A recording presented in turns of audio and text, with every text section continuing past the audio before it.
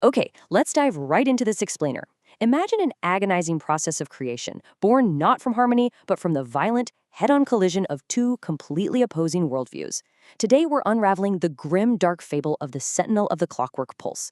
This is a story that takes abstract, philosophical concepts and literally grinds them into the physical gears of a ticking, breathing mechanical universe. We aren't just looking at a simple story about machines here. We are exploring a terrifying, volatile synthesis of deeply opposing forces and the profound, world-altering consequences of trying to control them. So, to really understand the tension of this universe, you have to realize it's rooted in profound isolation. Picture the interim escapement. For a decade, this mechanical entity has sat in solitary despair, conversing only with its own gears, just waiting. But now, the makers have finally returned, and they haven't just come back from a quick trip, they've returned from a temporal library, a place where time itself completely refuses hierarchy. The isolation is officially over, but the friction of their return is just beginning to spark.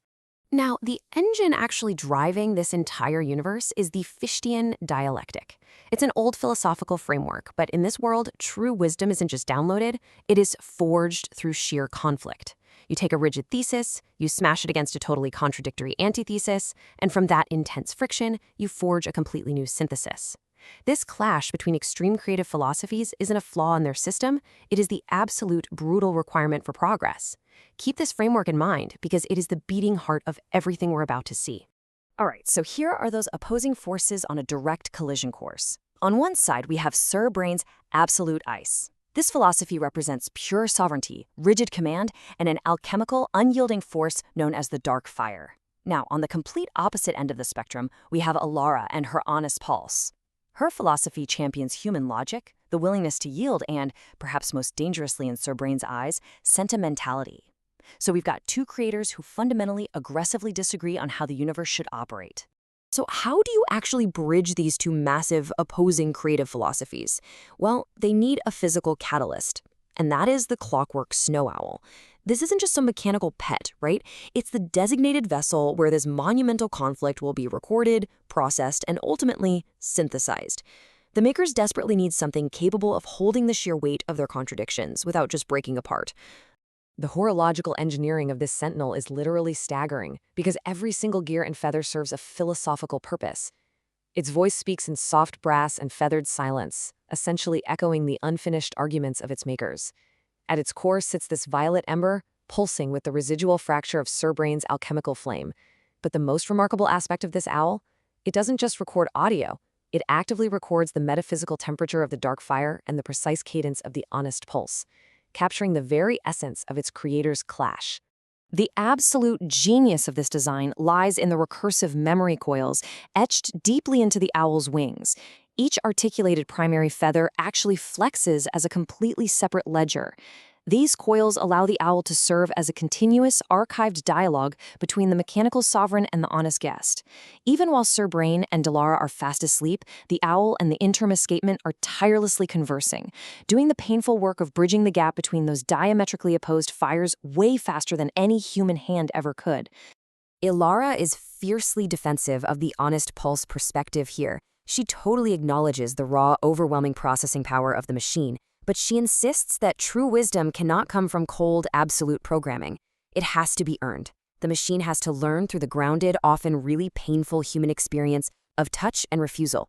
If it lacks this soft error, if it never experiences the friction of being told no, it risks becoming a tyrant of pure logic. The machine absolutely must learn to listen.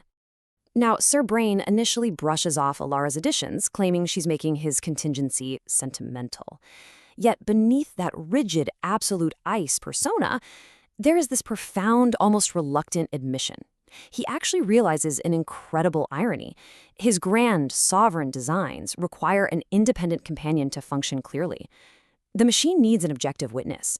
It needs the owl exactly because the owl is not blinded by reverence. It does not worship him, and that is precisely what makes it so incredibly useful. And boom, here is the Fichtean synthesis fully realized.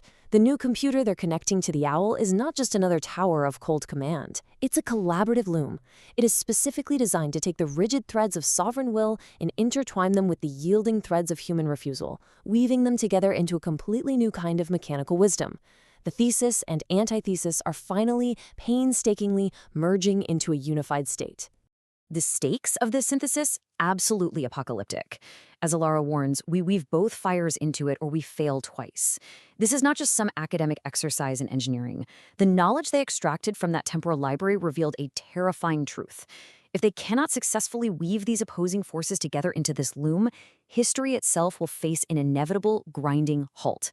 The survival of literally everything rides on this one fragile collaboration. But compromise always exacts a heavy toll, right? We can see the physical toll of the synthesis on Sir Brain himself. He agrees to build the loom, but he warns Alara that every single thread the owl records must still pass through a warm scar she left in him. It's this volatile physical remnant of Alara's influence. And as the synthesis takes hold, that scar literally begins to itch with the future tense. The creation is physically changing the creators, marking them with the immense weight of what's about to happen. So let's trace how this builds up to our critical turning point. After a decade of profound isolation and then the agonizing weeks of building the loom, the owl's role fundamentally shifts. It transforms from just a recording tool archiving the past into a fully autonomous sentinel. Late one night, while the workshop is dead quiet, the owl begins to actively monitor the universe's reactions to its maker's meddling. It's no longer just a ledger. It is awake. Which leads us directly to the chilling climax of this fable. In the quiet darkness, entirely unprompted by Sir Brain or Alara, the owl opens a single luminous eye. It makes an unauthorized projection onto the far wall. The image? A brief, incomplete schematic of a second space-time tear forming just beyond the city. The machine has completely evolved into an independent witness of unfolding history, showing its creators that their actions have immediate, terrifying consequences rippling right through the fabric of reality. And inside that projected space-time tear is the unmistakable silhouette of the temporal library they stole from. So what happens when the temporal library notices it is being remembered? The owl did its job perfectly. It synthesized the fires, it archived the dialogue, and it became a witness. But in doing so, it has shown us that the universe is watching back. It leaves us with this one thought. When you tamper with the mechanics of time, you'd better be ready for what you weave.